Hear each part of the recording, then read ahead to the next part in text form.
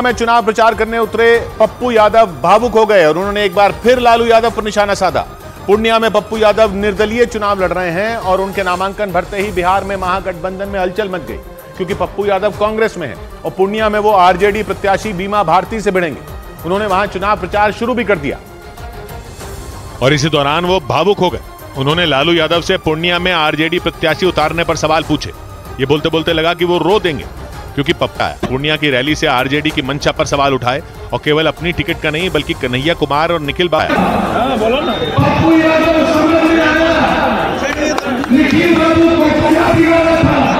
पप्पू यादव के पूर्णिया से निर्दलीय चुनाव लड़ने के फैसले के बाद कई उंगलियां उठी। ये तक कहा गया कि वो कांग्रेस छोड़ देंगे।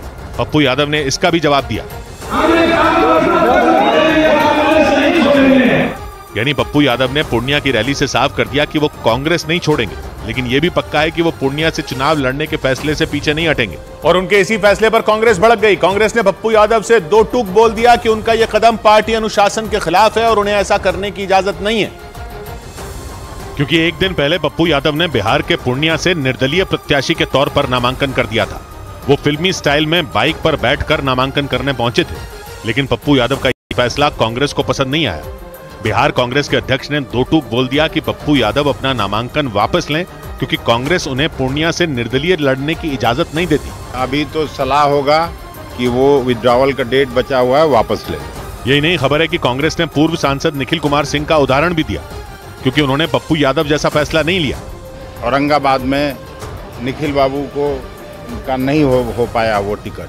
पप्पू यादव कुछ दिन पहले ही कांग्रेस का हिस्सा बने थे और उनकी जन अधिकार पार्टी का कांग्रेस में विलय हुआ था और कहा गया था कि उन्होंने पूर्णिया सीट से लड़ने के लिए ही कांग्रेस ज्वाइन की थी। बिहार में सीट बंटवारे के दौरान आरजेडी ने पूर्णिया, मधेपुरा और सुपौल सीट अपने पास रख ली थी। पप्पू यादव ने दावा किया था कि आरजेडी उन पर मधेपुरा से लड़ने का दबाव बना रही थी, लेकिन वो पूर्णिया से लड़ने पर अड़े रहे। यही नहीं, नामांकन से पहले उन्होंने इमोशनल कार्ड भी खेला था और लालू यादव पर भड़क गए थे।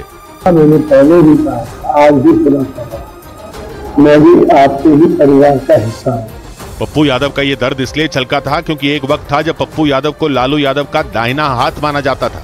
80 और 90 के दशक में तो उन्होंने लालू यादव की सियासी जमीन मजबूत करने में भी मदद की थी, क्योंकि उन्होंने बिहार के सीमांचल इलाके के जिलों पूर्णिया, कटिहार, मधेपुरा और सुपौल में अच्छी पकड़ बना ली थी। लेकिन 1991 के लोकसभा चुनावों में लालू यादव की पार्टी से पप्पू यादव को टिकट नहीं मिली थी और वो निर्दलीय चुनाव लड़े थे।